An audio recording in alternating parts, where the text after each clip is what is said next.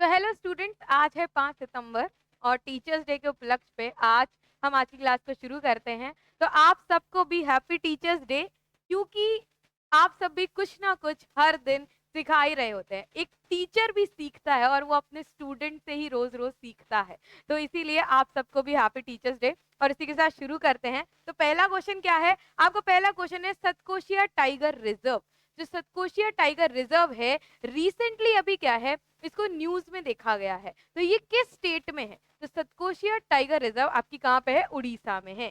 कहाँ पर है ये? तो ये है आपकी उड़ीसा में। रिसेंटली अभी न्यूज में क्यों है? क्योंकि यहाँ पर जो आपकी नेशनल टाइगर कंजर्वेशन अथॉरिटी जो है, इसने क्या किया है, नेशनल टाइगर कंजर्वेशन अथॉरिटी के तहत अभी ही क्या करना शुरू किया, अप्रूव किया है कि अभी हम क्या करेंगे, रीएलोकेशन करेंगे कि इस प्रोजेक्ट के तहत जो टाइगर्स है एक जगह से दूसरी जगह इनको भेजाएंगे। ठीक है, तो ये किसके थ्रू अप्रूव किया है? जो आपकी नेशनल टाइगर कंजर्वेशन अथॉरिटी है उसके थ्रू। ठीक है, इसीलिए ये अभी किस में रहा है? न्यूज में रहा है। ये आपकी जो नेशनल टाइगर कंजर्वेशन अथॉरिटी है बहुत ज्यादा इंपॉर्टेंट है, क्योंकि टाइगर्स की संख्या को क्या करना, सेव करना, उनके लिए लॉ बनाना, वहां पर उनको कोई भी परेशान ना करे, एक जगह से दूसरी जगह शिफ्ट कराना, ब्रीडिंग, ये सारी की सारी जो चीजें हैं इस अथॉरिटी के तहत ही आती हैं। तो ये जो अथॉरिटी है वो अपने आप में बहुत इंपॉर्टेंट है। अगर हम सतकोशिया टाइगर रिजर्व की बात करें तो ये कहाँ पर है? ये आपका उड़ीसा में है। ठीक है, उड़ीसा में अगर डिस्ट्रिक्ट बात करें, अंगुल, कटक, बोध एंड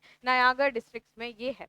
और अगर हम इसकी बात करें, ये बहुत बड़ा पार्ट कवर करता है, इस part of the Mahanadi elephant reserve. जो महानदी एलिफेंट रिजर्व है ये इतना बड़े स्पैन में फैला हुआ है कि ये वहां से अगर हम बात करें तो वहां पर भी है 1.36, अगर हम बात करें मिलियन स्क्वायर किलोमीटर्स का पूरा अगर हम इसके एरिया की हम बात करते हैं, ये रिजर्व जो है वो डेक्कन एंड ईस्टर्न घाट, जो आपका दक्कन है, आपका ईस्टर्न घाट है, पूरा दक्कन का पोर्शन, पूरा ईस्टर्न घाट का पोर्शन, ये सारे के सारे पोर्शन को क्या करता है? कवर करता है। ठीक है, ये बहुत ज्यादा इंपॉर्टेंट है। इसी के साथ कुछ और चीजें कि ये जो है वो कहाँ पर है आपका? भुवनेश्वर में। भुवनेश्वर से जगह ये कंप्राइज है। इसके अंदर 2 सेंचुरीज भी आती हैं। सेंचुरीज क्या होती है? एक बेशपल्ली सेंचुरी और एक सतकोशिया जॉर्ज सेंचुरी। 2 सेंचुरी भी इसके अंदर आती हैं। ठीक है, तो ये टाइगर रिजर्व है, इसके अंदर 2 सेंचुरीज भी आती हैं।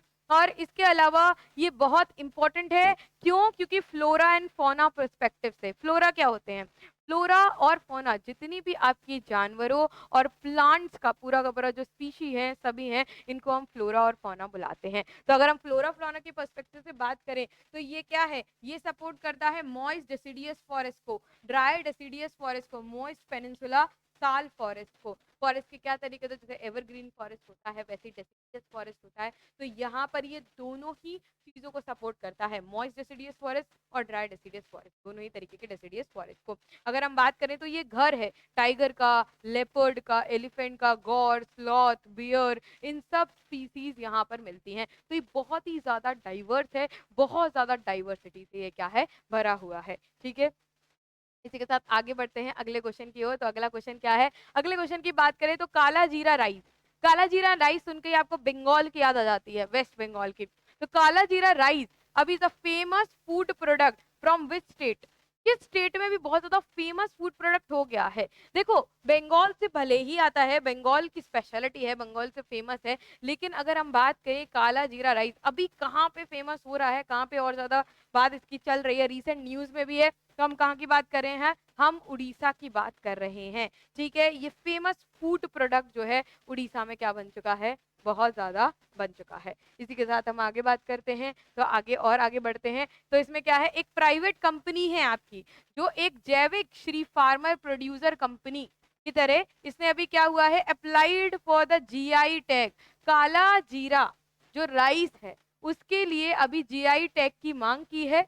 GI tag is just giving for the best quality के लिए दिया जाता है। तो जीआई टैग की इसमें बात की गई है। और ये जो जीआई टैग है इसमें ये बात क्यों की गई है? क्योंकि उड़ीसा में अभी ये बहुत ही ज्यादा क्या किया जाता है, इसका फूड को खाया जाता है। ठीक है, इसको राइस को बहुत ज्यादा इसका कंजप्शन होता है।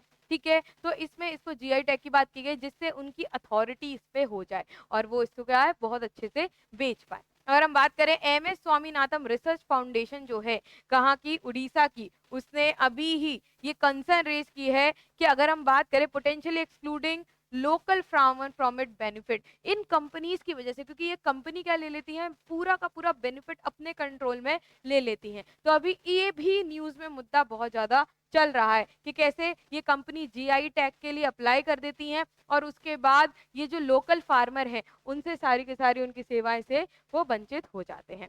ठीक है, इसी के साथ आगे बढ़ते हैं और आगे इसमें बात करें तो काला जीरा राइस है, इसको बंगाली राइस भी कहा जाता है क्योंकि वेस्ट बंगाल से इसकी ज्यादातर पैदावार होती है, तो इसको हम बंगाली राइस भी कहते हैं। और ये अपने अरोमा और अपने टेस्ट के लिए बहुत ज्यादा फेमस है। ठीक है, अगर इसकी बात करें हम तो ये, और it is a long grain white rice, एक लंबा सा व्हाइट राइस है जिसको प्रिंस ऑफ राइस भी कहा जाता है, मतलब राइस का, चावलों का राजकुमार भी इसको कहा जाता है। ठीक है, ये राइस ग्रो होता है रीजन में tribal community thousand of year से, जो यहाँ की ट्राइबल कम्युनिटी है वो इसको क्या कर रही है, अभी ग्रो कर रही है। तो ये जो राइस है वो अपने आप में ही बेस्ट क्वालिटी राइस जो है ये माना जाता है और ये बेस्ट क्वालिटी ही है और ये बहुत ही अच्छा है। क्यों? क्योंकि इससे मेमोरी, डायबिटीज, मेमोरी तो शार्प होती है, डायबिटीज पर भी ये राइस से कंट्रोल होता है और उसके साथ में हीमोग्लोबिन का लेवल सही होता है, आपका मेटाबॉलिज्म अच्छा होता है। इसीलिए ये जो राइस है ये अपने आप में ही बहुत इंपॉर्टेंट और बहुत फेमस है। इसी के साथ आगे बढ़ते हैं। आगे नेक्स्ट क्वेश्चन, ये क्वेश्चन भी बहुत इंपॉर्टेंट है कि अभी India first green hydrogen fuel cell bus, पहली अगर बात की जाए तो इंडिया की पहली ग्रीन हाइड्रोजन फ्यूल बस कि जिसमें हाइड्रोजन का, पेट्रोल डीजल का इस्तेमाल नहीं होगा, तो इंडिया की पहली जो ग्रीन हाइड्रोजन फ्यूल सेल बस है वो अभी किस स्टेट में, कहां पर, स्टेट या यूटी, कहां पर लॉन्च हो रही है, तो कहां पर हो रही है, तो ये हो रही है न्यू दिल्ली में। ये क्या है, आपके इन्वायरमेंट को प्रोटेक्ट करने के लिए बहुत ही ज्यादा क्या होगी, बहुत सहायकर होगी, क्योंकि इसमें पेट्रोल और डीजल का इस्तेमाल नहीं होगा, इसमें क्या किया जाएगा, हाइड्रोजन का इस्तेमाल किया जाएगा। और अगर इसका हम बात करें कि बाय प्रोडक्ट भी निकलेगा तो सिर्फ वाटर ही निकलेगा, तो इन्वायरमेंट के लिए विन विन कंडीशन है। जो इतना पोल्यूशन बढ़ रहा है दिल्ली में, उसके लिए तो ये बहुत ही ज्यादा जरूरी है। तो अभी हम बात करें यूनियन मिनिस्टर जो आपके हरदीप सिंह हैं, यूनियन मिनिस्टर कौन, हरदीप सिंह पुरी जो हैं, इन्होंने अभी flagged off the country's first green hydrogen cell bus, जो फ्यूल बस है उसको अभी ही क्या है, मंजूरी दे दी गई है। बस जो है वो किससे चलेगी, रिन्यूएबल एनर्जी प्रोडक्ट से चलेगी, जिनको रिन्यू हो सकते हैं। नॉन रिन्यूएबल प्रोडक्ट आपके फॉसिल फ्यूल, आपके कोल, पेट्रोलियम, ये क्या है, नॉन रिन्यूएबल है, जिनको आप क्या नहीं कर सकते, रिप्लेनिश नहीं कर सकते, जिसको आप रिन्यू नहीं कर सकते हो। Vehicle will undertake operation trial across the national capital NCR, पूरे एरिया में इसको क्या किया जाएगा, ये ट्रायल पे चलेगी। ठीक है, और ये नेशनल रेस्पिरेटरी सिस्टम को भी अच्छा करेगी। भाई जो धुआं प्रोड्यूस हो रहा है, जो पोल्यूशन बढ़ रहा है, उससे हमारा पूरा श्वास का सिस्टम खराब हो गया, क्योंकि पोल्यूशन से हमें सबसे पहले लंग्स ही हमारे खराब हो रहे हैं, तो ये उसमें भी आपके रेस्पिरेटरी सिस्टम को भी अच्छा करेगी, क्योंकि ये धुआं नहीं छोड़ेगी। ठीक है, और अगर इसी के साथ आगे हम बात करते हैं, so the fuel cell utilise hydrogen, इसमें क्या, हाइड्रोजन जो होगी वो यूटिलाइज होगी, जो इसका फ्यूल होगा, जो इसका ईंधन होगा, वो किससे चलेगा, वो हाइड्रोजन होगा, और इससे ही to generate electricity, electricity generate होगी और उसकी वजह से ये बस जो है वो चलेगी। अगर हम इसकी बात करें तो ये इन्वायरमेंट फ्रेंडली है, ये ट्रांसपोर्टेशन, ये जो आपका यातायात है वो क्या है, इन्वायरमेंट फ्रेंडली है, आपका पर्यावरण बहुत ज्यादा इससे क्या रहेगा, सुरक्षित रहेगा। ये कन्वेंशनल बसेस जो हैं वो डीजल और पेट्रोल जो है यहाँ पे निषेध हो जाएगा, और ये बहुत अच्छी बात ही है क्योंकि ये नॉन रिन्यूएबल रिसोर्सेज है। ठीक है, इसी के साथ 3 टाइम द एनर्जी डेंसिटी, इनकी एनर्जी डेंसिटी भी 3 गुना रहेगी, और हार्मफुल इमिशन, जो पेट्रोल और डीजल से चलने के बाद जो ये हार्मफुल धुआं छोड़ती हैं, ये धुआं भी नहीं होगा, हार्मफुल इमिशन से भी बचाएगी, और ये बहुत ही ज्यादा बढ़िया है। ठीक है, इसी के साथ हम बात करते हैं आगे, तो आगे बढ़ते हैं। आगे है आपका फोर्थ क्वेश्चन कि who chairs the defence acquisition council. जो डिफेंस इक्विजिशन काउंसिल है उसको, उसके कह सकते हैं हेड में कौन होता है, कौन चेयर करता है डिफेंस इक्विजिशन काउंसिल को, तो कौन करता है, तो डिफेंस एक्विजिशन का आपका डिफेंस मिनिस्टर, जो आपके डिफेंस मिनिस्टर होते हैं वही डिफेंस एक्विजिशन काउंसिल को क्या करते हैं, चेयर करते हैं। डिफेंस एक्विजिशन काउंसिल आपकी अगर बात किया जाए तो ये कब बनी, डिफेंस एक्विजिशन काउंसिल डीएसीबी कहते हैं, ये आपकी कारगिल वॉर के बाद, ठीक है, ग्रुप ऑफ मिनिस्टर्स ने ये रिफॉर्म किया नेशनल सिक्योरिटी सिस्टम में और इसको कारगिल वॉर के बाद बनाया गया, ठीक है। मतलब हर किसी, चाहे नेवी हो, आपकी एयरफोर्स हो, आपकी आर्मी हो, तीनों के लिए अलग अलग सिस्टम क्यों बनाया जाए, ठीक है, एक ही सिस्टम के अंदर सबको रखा जाए। तो यहाँ पे DAC highest decision making body होती है, क्योंकि एक तो जरूरी है ना जिनके अंदर ये बंध के रह पाए, तो इसलिए हाईएस्ट डिसीजन मेकिंग बॉडी है। और अगर हम बात करें तो ये आपकी तीनों सर्विस के लिए, आर्मी, नेवी, एयरफोर्स, तीनों के लिए, और जो आपके इंडियन कोस्ट गार्ड भी हैं, जो आपकी इंडियन कोस्ट को गाइड कर रहे हैं, उनके लिए भी ये हाईएस्ट क्या है, अथॉरिटी है, ठीक है। डिफेंस एक्विजिशन काउंसिल को जो आपके डिफेंस मिनिस्टर हैं वही हेड करते हैं। सो डिसीजन ऑफ रक्षा मंत्री on DAC deliberate flow down from the implementation, तो जो भी आपका डिसीजन होता है, जो भी लिया जाता है, जिस भी डिसीजन को आगे बढ़ाया जाता है, वो आपके रक्षा मंत्री के थ्रू ही लिया जाता है, इसलिए ये बहुत जरूरी है। इसमें हम थोड़ी सी चीजें और जान लेते हैं कि डीएसी का कंपोजिशन किन किन चीजों से मिलकर आपका पूरा डीएसी बनता है, डीएसी में क्या क्या आता है। तो डीएसी में कंपोजिशन ऑफ डीएसी ऐसे है, सबसे पहले क्या है, चेयरपर्सन कौन होते हैं, तो चेयरपर्सन है आपके डिफेंस मिनिस्टर, उसके नीचे आते हैं मिनिस्टर ऑफ स्टेट डिफेंस, जितने भी मेंबर हैं स्टेट डिफेंस के, जितने भी मिनिस्टर है वो, उसके अंदर चीफ ऑफ आर्मी, ठीक है, chief of air staff, chief of Naval staff, इसके अलावा डिफेंस सेक्रेटरी, ठीक है, सेक्रेटरी डिफेंस प्रोडक्शन, इसके नीचे आपका secretary defence and research and development, then chief of integrated defence direct equation and chief of integrated staff commission, ठीक है। ये सारी के सारे जो कमेटीज हैं ये सब इसका मेंबर हैं और यही इसका कंपोजिशन है। और सबसे ऊपर डीएसी में सबसे ऊपर कौन है, तो सबसे ऊपर है आपका डिफेंस मिनिस्टर, ठीक है, ये क्या है आपके सबसे ऊपर है। इसी के साथ नेक्स्ट क्वेश्चन क्या है, Nitish Kumar one gold medal, अभी नीतीश कुमार ने क्या जीता है, गोल्ड मेडल जीता है, किसमें, which event at the 2024 Paris para Olympic, Paris में पैरा ओलंपिक हुए। पैरा ओलंपिक क्या होते हैं भाई, जो डिसेबल्ड के लिए जो ओलंपिक ऑर्गेनाइज किए जा रहे हैं, जो स्पेशली एबल्ड हैं, अगर विकलांग लोग हैं, उनके लिए जो भी ओलंपिक ऑर्गेनाइज होते हैं उनको हम पैरा ओलंपिक कहते हैं। तो अभी नीतीश कुमार ने गोल्ड जीता है, किसमें जीता है, तो बैडमिंटन में, किसमें जीता है, बैडमिंटन में अभी रिसेंटली उन्होंने क्या जीता हुआ है, गोल्ड जीता है। तो नीतीश कुमार अभी one India second gold medal, अभी 2024 के पेरिस पैरा ओलंपिक में नीतीश कुमार को क्या मिला है, अभी ये सेकेंड गोल्ड मेडल भी लेके यहाँ पर आए हुए हैं in men singles badminton, SL3 class में जो मेन का आदमियों का सिंगल बैडमिंटन हुआ उसमें इनको क्या मिला हुआ है, उसमें अभी इनको गोल्ड मेडल मिला हुआ है, ठीक है। अभी इससे पहले जो अवनी लेकेरा थी, उन्होंने इंडिया का पहला गोल्ड मेडल जीता, ठीक है जी, वुमेन एयर राइफल में। और उसके बाद सेकंड बैडमिंटन में किसने जीता, तो नीतीश कुमार ने अभी सेकंड बैडमिंटन में आपका क्या जीता हुआ है, उन्होंने गोल्ड मेडल जीता हुआ है। इसके बाद करें 70th समर पैरालंपिक जो है इस टेकिंग प्लेस कहाँ कहाँ हो रहे हैं, पेरिस फ्रांस, 28 अगस्त से लेकर आपका 8 सितंबर तक जो आपका समर पैरा ओलंपिक है, इनका ऑर्गेनाइजेशन कहाँ पे है, आपका यहाँ पर है, चाहे आपका पेरिस में, फ्रांस में, यहाँ पर है, ठीक है जी। यहाँ पर नीतीश कुमार जो एज है 29, ठीक है, वर्ल्ड नंबर 1 डिफीटेड, किसको डिफीट किया है, डेनियल बेथेल को, ठीक है, ग्रेट ब्रिटेन के डिफीट करके इनको क्या मिला हुआ है, इनको गोल्ड मेडल मिला हुआ है, ठीक है जी। चलिए आगे बढ़ते हैं, आगे है which organization recently launch vulture count 2024 initiative, vulture count 2024 initiative अभी रिसेंटली किसने ऑर्गेनाइज किया, किस ऑर्गेनाइजेशन ने अभी किया हुआ है, so world wide fund for nature, जो इंडिया से world wide fund for nature है, इन्होंने अभी वल्चर 2024 जो प्रोजेक्ट है ये कब, सितंबर 7 से आपका सितंबर 6 के बीच में अभी लॉन्च करने का जो है इसका चल रहा है, ठीक है। इनिशिएटिव ये लिया गया है इंटरनेशनल वल्चर अवेयरनेस डे, कि भाई वल्चर अवेयरनेस डे पर ये अभी किया हुआ है। तो अगर प्रोजेक्ट का एम क्या है, काउंट एंड एक्सेस द, जो वल्चर्स की पॉपुलेशन है उसका काउंट रखना, कि जो वल्चर हैं उनकी जो पॉपुलेशन है वो कितनी है, कितनी हो रही है, कैसा चल रहा है सब, तो उस पर काउंट रखना। इसका फोकस किस पे रहेगा, इसका क्रिटिकली एंडेंजर्ड वल्चर, क्योंकि जो वल्चर की स्पीच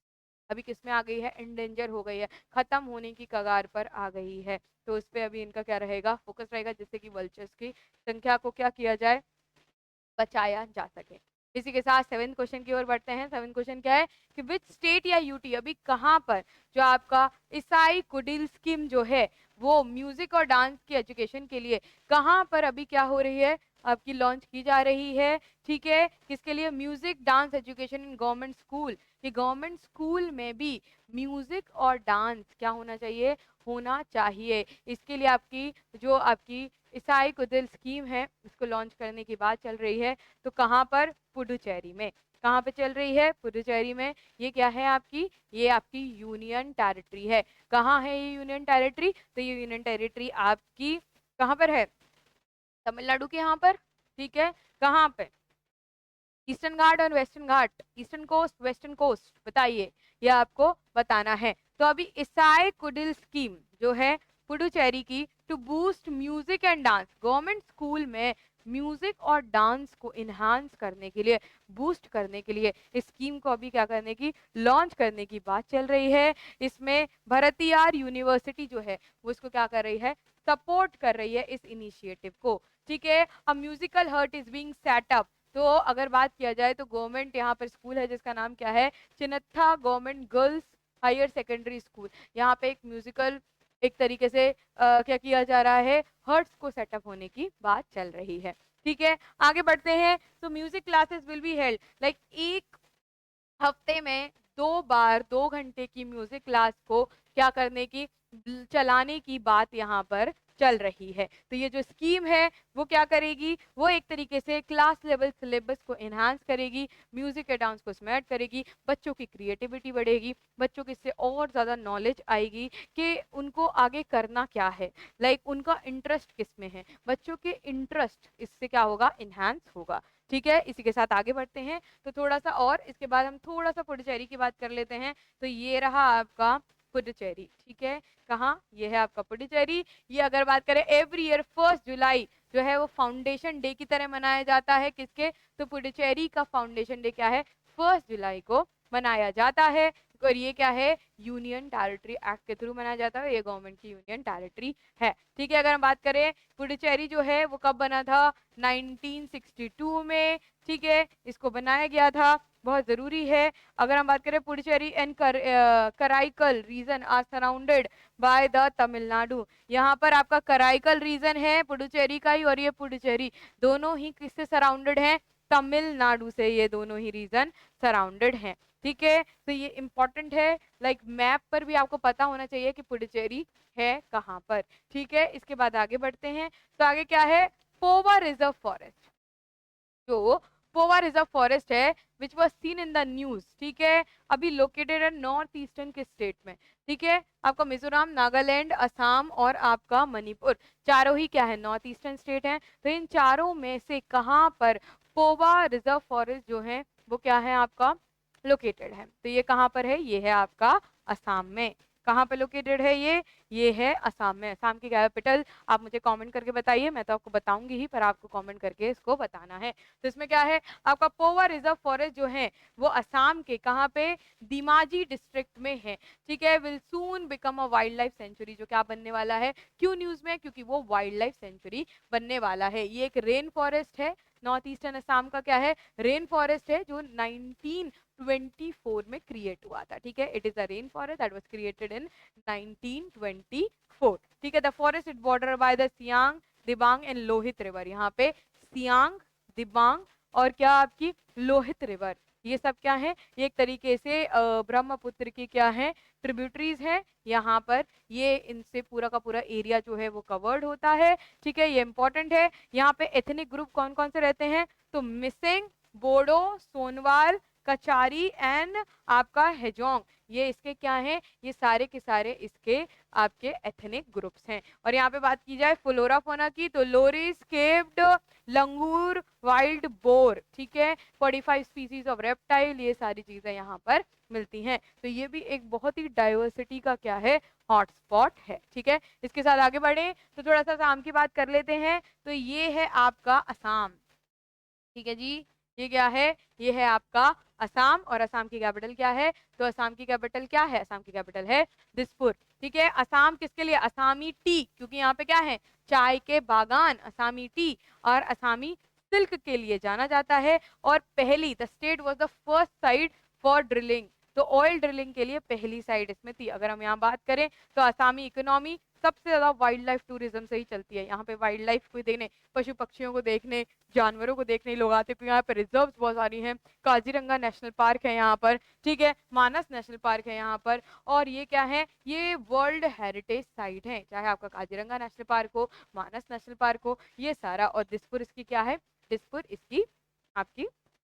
कैपिटल है, ठीक है। इसी के साथ नेक्स्ट क्वेश्चन की ओर बढ़ते हैं। नेक्स्ट क्वेश्चन क्या है, तो नेक्स्ट क्वेश्चन है, who was appointed as the chairperson of Uttar Pradesh women commission. तो उत्तर प्रदेश वुमेन कमीशन जो है उसके अभी चेयरपर्सन किसको बनाया गया है, तो किसको बनाया गया है, बबीता चौहान को। अभी चेयरपर्सन कौन बनी है, तो चेयरपर्सन आपकी बबीता चौहान बनी है। तो यहाँ पर उत्तर प्रदेश में भी रिसेंटली गवर्नमेंट ने जो आपकी अपॉइंट किया है बीजेपी लीडर को, जो अपर्णा यादव है, उनको क्या बनाया है, वाइस चेयरमैन बनाया है, और बबीता चौहान को क्या बनाया है, चेयरमैन बनाया हुआ है। तो यूपी गवर्नमेंट ने ही बबीता चौहान को क्या बनाया, चेयरमैन, चेयरपर्सन जो होता है चेयरपर्सन बनाया गया है। और वाइस चेयरपर्सन कौन बना है, तो वाइस चेयरमैन आपकी कौन बनी है, अपर्णा यादव बनी हुई है। ये पोस्ट 1 साल के लिए दी गई है, ठीक है। ये वाली पोस्ट कितने साल के लिए अपॉइंट किया जाता है, 1 साल के लिए इसको अपॉइंट किया जाता है, ठीक है। आगे नेक्स्ट क्वेश्चन की बात करते हैं। तो नेक्स्ट क्वेश्चन क्या है, ये लास्ट क्वेश्चन है, what is the tenure of 23rd law commission India. जो लॉ कमीशन है, लॉ से रिलेटेड, भाई कानून बनाना है, कानून को संभालना है, ठीक है, ये सारे के सारे सर्वे करने हैं, सारी रिसर्च करने, थीसिस करनी है। जो आपकी लॉ कमीशन है 23rd लॉ कमीशन, इसका टेन्योर क्या है, तो इसमें टेन्योर क्या है आपका 3 ईयर्स। क्या टेन्योर है, 3 साल, ठीक है, आपका 3 ईयर इसमें क्या है, टेन्योर है, ठीक है। इसकी बात कर लेते हैं। तो अभी हाल ही में it is a non statutory body, ये नॉन स्टैट्यूटरी, ना ही एक कॉन्स्टिट्यूशनल बॉडी है और ना ही ये स्टैट्यूटरी बॉडी है, ना ही ये स्टैट्यू के थ्रू बनाई गई है, ठीक है। तो नॉन स्टैट्यूटरी ये सिर्फ नोटिफिकेशन से बनी हुई है, ठीक है। एक और बॉडी जो नोटिफिकेशन से बनी हुई है वो कौन सी है, आपकी नीति आयोग। नीति आयोग भी आपकी ना स्टैट्यूटरी बॉडी है ना कॉन्स्टिट्यूशनल बॉडी है, वो भी क्या है, वो भी आपके नोटिफिकेशन के थ्रू बनी गई है। वैसे ही लॉ कमीशन भी आपका बना हुआ है। इंडिया मिनिस्ट्री जो लॉ एंड जस्टिस की है, वो रिसर्च करती है इस फील्ड में, लॉ की फील्ड में लीगल रिफॉर्म्स लेके आती है, और इसी के साथ ये आपका जो है कमीशन बना हुआ है, ठीक है। इसमें बात की जाए हिस्ट्री ऑफ लॉ कमीशन की बात करें तो फर्स्ट लॉ कमीशन कब स्टैब्लिश हुआ था, 1834 में, किसके थ्रू, ब्रिटिशर्स के थ्रू। 1834 में पहला लॉ कमीशन बना हुआ था, किसके अंदर, जो चार्टर एक्ट था, 1833 का चार्टर एक्ट था, उसके थ्रू बना हुआ था। और उस समय जो लॉर्ड मैक्यूले थे वो इसके क्या थे, वो इसके चेयरमैन थे, ठीक है। इसके बाद आते हैं फर्स्ट इंडिया का, इंडिपेंडेंट इंडिया का जो आपका लॉ कमीशन है वो कब स्टैब्लिश हुआ था, 1955 में इसको स्टैब्लिश किया गया था। Attorney general of India MC सेवाल जो थे वो इसके क्या थे, चेयरमैन थे, ठीक है। और अभी 23rd लॉ कमीशन है, अपॉइंट किया जा रहा है कितने साल के लिए, 3 ईयर्स के टर्म के लिए, ठीक है। थोड़ी और चीजें इसमें देख लेते हैं कि फंक्शन क्या होते हैं। फंक्शन क्या होते हैं भाई, लॉ कमीशन बनाया क्यों गया, जैसे प्लानिंग कमीशन बना था, अब नीति आयोग है उसकी जगह प्लानिंग करने के लिए। भाई आपका लॉ कमीशन के फंक्शन क्या है, क्यों बनाया गया लॉ कमीशन, तो किसके लिए, आपका रिव्यू एंड रिपील, ठीक है, रिपील ऑफ ऑब्सोलेट लॉ। तो जितने भी ऑब्सोलेट लॉ होते हैं उसमें रिकमेंडेशन देने के लिए, रिव्यू करने के लिए, सही है कि नहीं है, रिपील तो नहीं करना, खत्म तो नहीं करना, इसीलिए भी। और क्यों किया जाता है, law and poverty, examine law impacting the poor, कि लॉ एंड पॉवर्टी को देखना कि जो कानून है वो कैसे गरीबों को इम्पैक्ट कर रहा है, कि गरीबों के हित में कोई कानून है या नहीं, या गरीबों के कह सकते हैं कानून की वजह से गरीबी बढ़ तो नहीं रही है, क्या बहुत ज्यादा लोगों के साथ गलत तो नहीं हो रहा है। तो सामाजिक आर्थिक लेजिस्लेशन कैसे बनाना है, कानून कैसे बनाने हैं, इन चीजों पे ध्यान रखता है। पर्पस न्यू लॉज, कि भाई नए लॉ बनाना, नए नए कानून बनाना समाज के सुधार के लिए, ये इसका पर्पस है, ये भी इसका फंक्शन है। और जुडिशियल एडमिनिस्ट्रेशन, और पूरा जुडिशियल जो है न्याय के ढंग से पूरी गवर्नमेंट को चलाना, एडमिनिस्ट्रेशन को देखना, ये भी बहुत ज़रूरी है। तो लॉ कमीशन बहुत ही इम्पॉर्टेंट है। तो थैंक यू सो मच। इसी के साथ आज के करंट अफेयर्स यहीं ख़त्म होते हैं और आप सब्सक्राइब कीजिए, शेयर कीजिए, इवन लाइक कीजिए और कमेंट कीजिए। लाइक करना ना भूलिए, ठीक है। Thank you.